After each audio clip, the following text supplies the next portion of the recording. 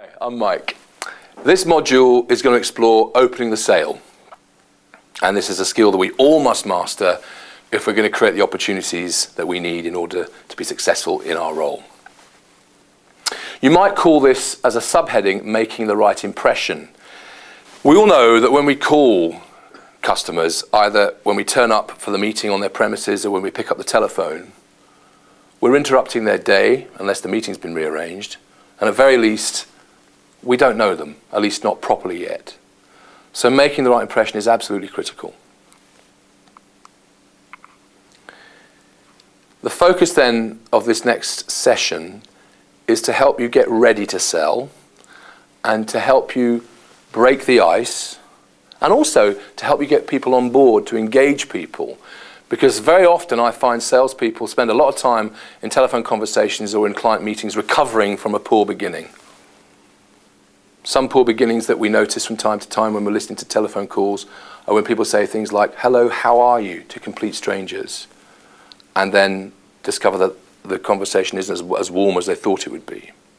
Or perhaps you turn up for a conversation on the client's premises for that sales meeting that's been arranged, and you spend the first 3 or 4 minutes admiring their trophies, their golfing trophies, congratulating and complimenting them on the premises, and then you find it rather tricky to move from social chit-chat and into the business discussion that you know you need to have. So often there's a strange gear change at the beginning of the conversation. We're going to cover preparing, how you can overcome those gear changes, and how you can make an impression of someone who's professional, credible, and ready to help them out.